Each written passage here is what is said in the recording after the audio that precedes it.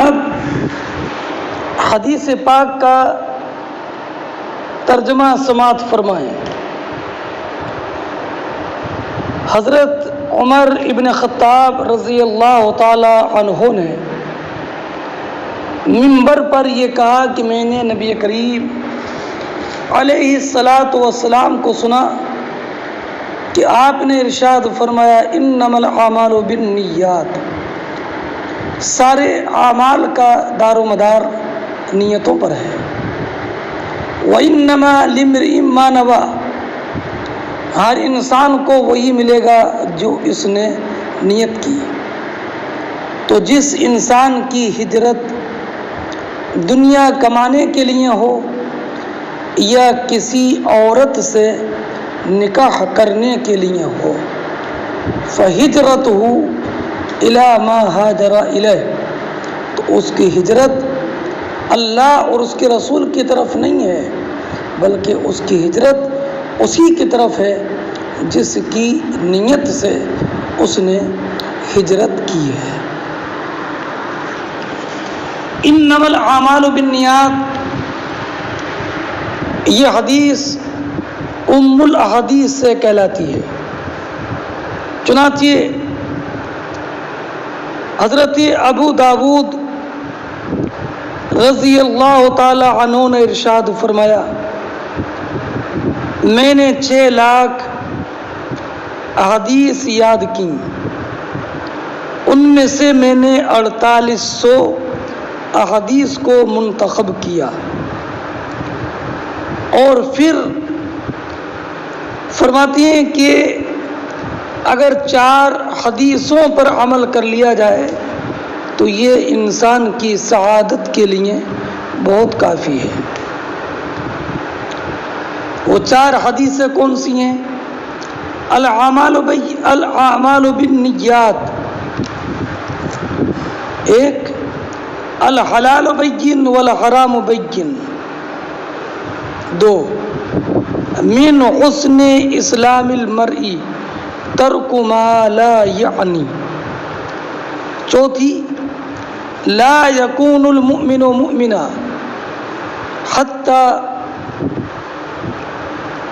یحب لأخیہ ما یحب لنفسہ۔ اگر ان 4 حدیثوں پر عمل کر لیا جائے تو یہ انسان کی سعادت کے لیے بہت کافی ہے۔ انما الاعمال بالنیات، یہ حدیث بخاری شریف میں 6 جگہ پر ہے۔ ایک تو یہ انما الاعمال بالنیات، ایک جگہ پر ہے الاعمال بالنیات، ایک جگہ پر ہے الاعمال بالنیت، اور ایک جگہ پر ہے العمل بالنیہ۔ اب سارے اعمال کا دار و مدار نیتوں پر ہے۔ اس کے بارے میں محدثین کرام علیہم الرحمۃ والرضوان نے ارشاد فرمایا کہ یہ سرکار کا ارشاد جوامع الکلم سے ہے، یعنی لفظ بڑا مختصر ہے لیکن بہت سارے معانی پر یہ جملہ مشتمل ہے۔ سارے اعمال کا دار و مدار نیت پر ہے، اور ایک حدیث میں نبی کریم علیہ الصلاۃ والسلام نے ارشاد فرمایا نیت المؤمن خیر من عملہ، مومن کی نیت مومن کے عمل سے بہتر ہے، یعنی مومن کی نیت اس عمل سے بہتر ہے جو بلا نیت کے ہو۔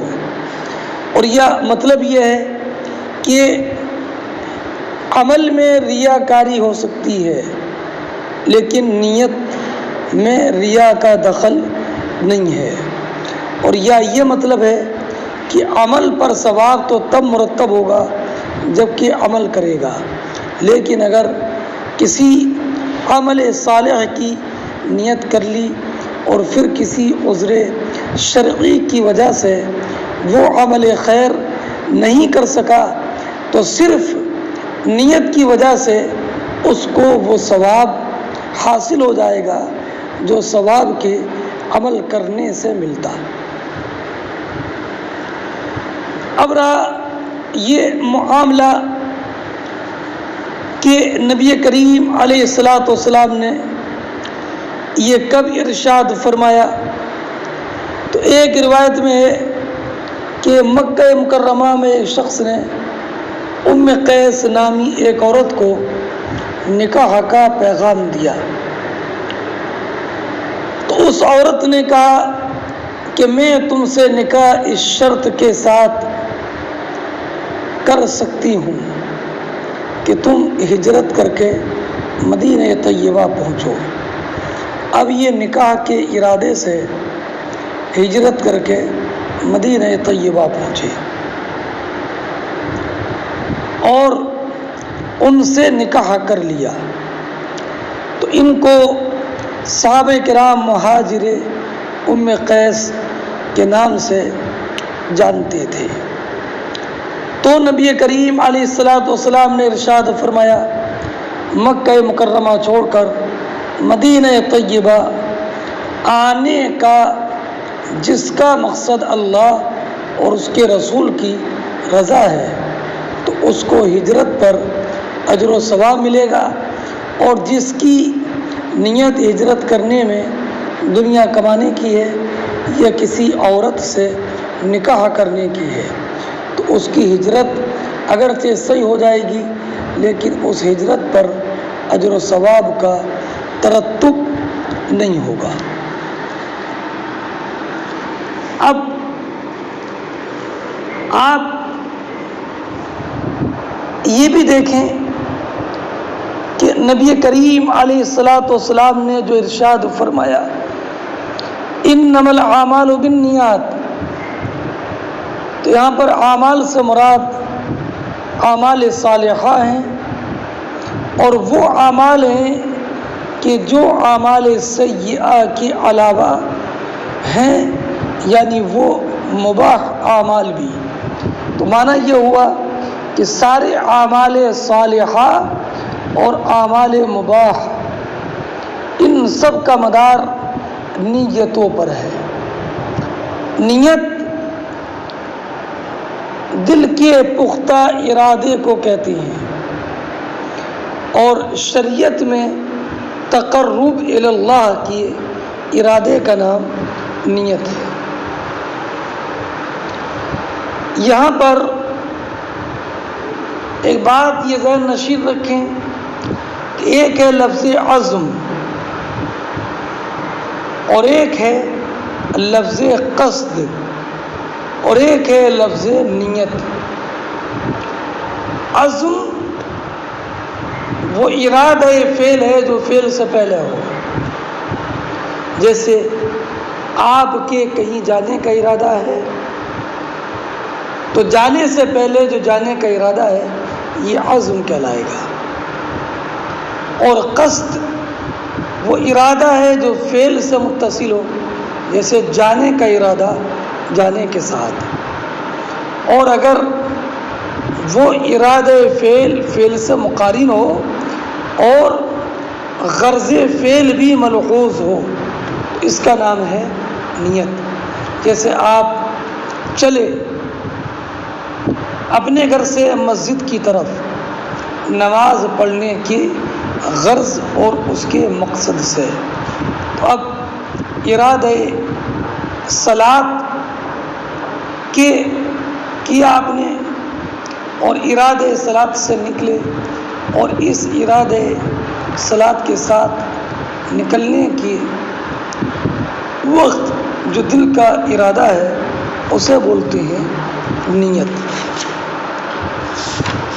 سارے اعمال کا دار و مدار نیتوں پر ہے۔ اب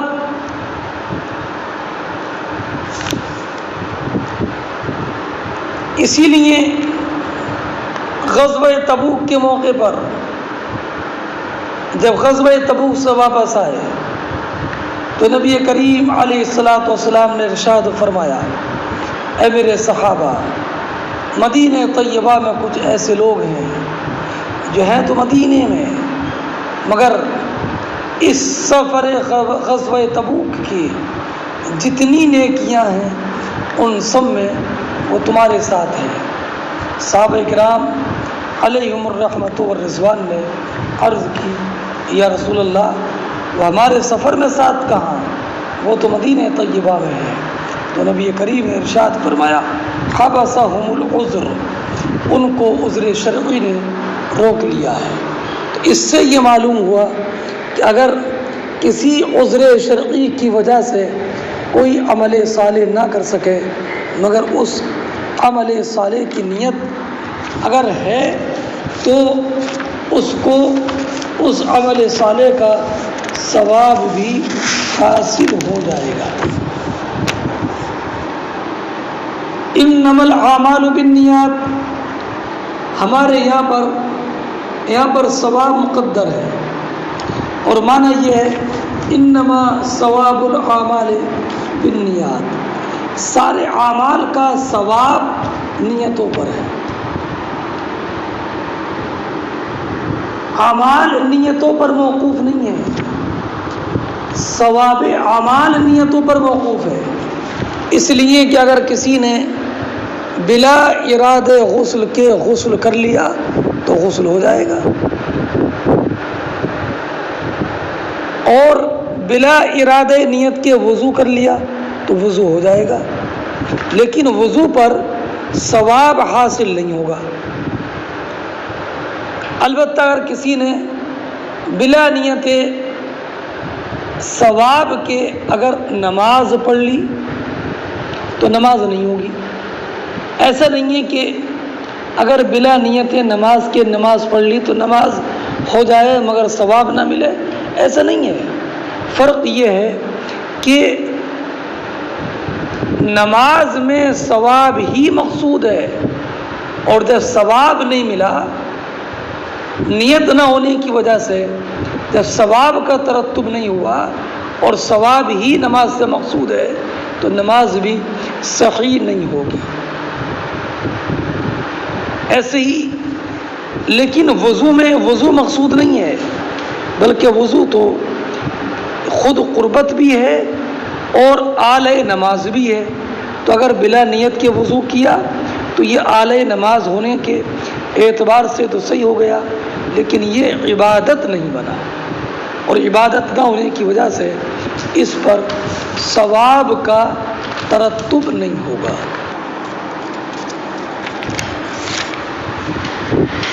اب رہا یہ کہ امام بخاری نے انما الاعمال بالنیات اپنی جامع میں سب سے پہلے اس حدیث کو کیوں ذکر کیا؟ تو امام بخاری کا مقصود یہ ہے کہ دیکھو،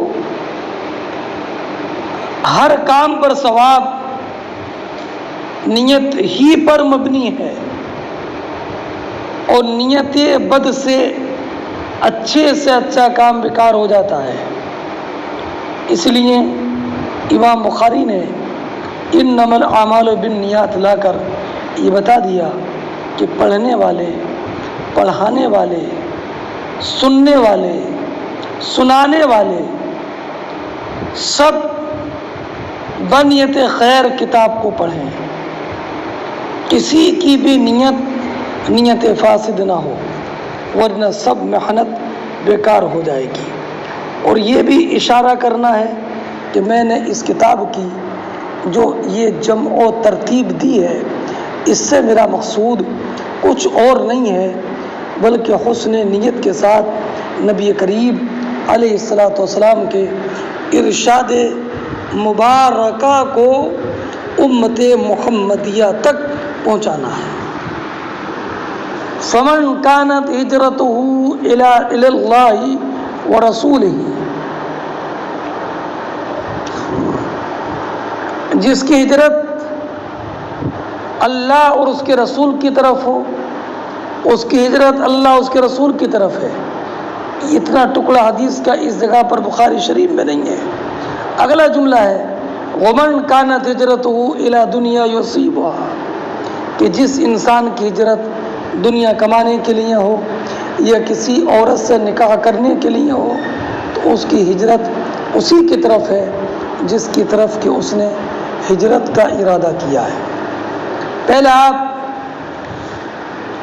ہجرت کا معنی ذہن نشین کر لیں۔ اس کا مادہ ہا جیم اور را، اس کے معنی چھوڑنا ہے۔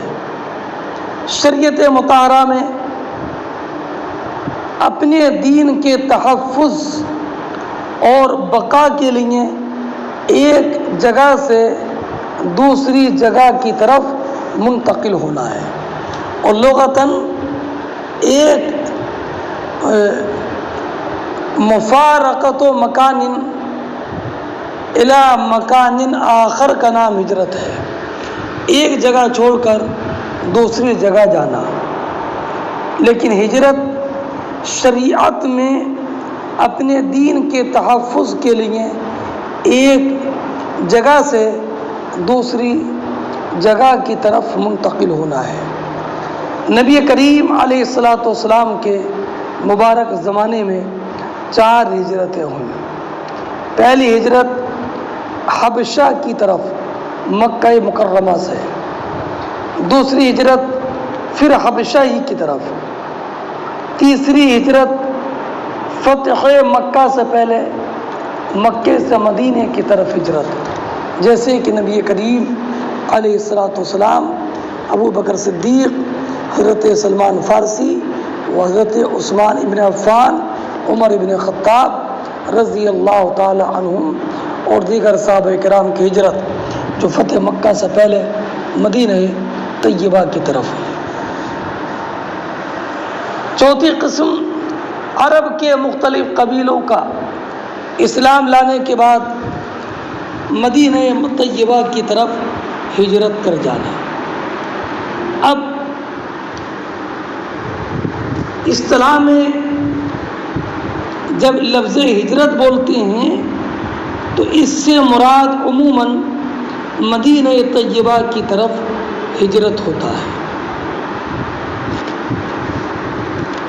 اچھا، ایک بات اور یاد رکھیں، یہ ہجرت کا الگ معنی ہے، اور دوسرا معنی ہے المہاجر من ہاجر ما نہی اللہ ورسولہ، اللہ اور اس کے رسول کے منہیات سے باز رہنا، یہ بھی ہجرت ہے، اور منہیات شرعیہ سے باز رہنے والا مہاجر شرعی ہے نا۔ اچھا، دوسری بات ایک یاد رکھیں کہ فتح مکہ کے بعد اب مکہ مکرمہ سے ہجرت روا نہ رہی۔ نبی کریم علیہ السلام نے ارشاد فرمایا لا ہجرت بعد الفتح، فتح مکہ کے بعد اب کوئی ہجرت نہیں ہے۔ لیکن دار کفر سے دار اسلام کی طرف ہجرت یہ منسوخ نہیں ہے، بلکہ یہ تو قیامت تک باقی رہے گی، اور جہاں بھی اسلام کا، انسان کا اسلام، ایمان، عقیدہ خطرے میں پڑے تو اس انسان پر لازم ہے کہ اس جگہ کو چھوڑ کر اس ایسی جگہ کی طرف منتقل ہو جائے کہ جہاں پر کہ اس کے دین اور اس کے ایمان کا تحفظ ہو۔ ذرا آپ حدیث کے لفظ پر غور کیجئے، ومن کانت ہجرتہ الی دنیا، دنیا یہ فعلا کے وزن پر ہے، اس کا مادہ دال نون اور واو، اس کی جمع آتی ہے دنئی، جیسے کہ کبرا کی جمع کبر۔ دنیا ما سوی اللہ کو دنیا کہتے ہیں، اور جتنے، اور ایک تعریف بعض علماء نے یہ کی کہ جو زمین پر جو بھی ہے، ہوا اور فضا ساری مخلوق چاہے جواہر ہوں یا آراز یہ سب دنیا ہے۔ اور بعض لوگوں نے کہا کہ دار آخرت سے پہلے جو بھی ہے وہ سب دنیا ہے۔ اب آپ یہ یاد رکھیں کہ اپنے دین کے تحفظ کے لیے ایک جگہ سے دوسری جگہ کی طرف منتقل ہونا یہ ہجرت کہلاتا ہے۔ اچھا، اب میں اگلا جملہ جو الی امرأۃ ینکحها سے متعلق ہے اس کو پیش کرتا ہوں، آپ حضرات توجہ کے ساتھ سماعت فرمائیں۔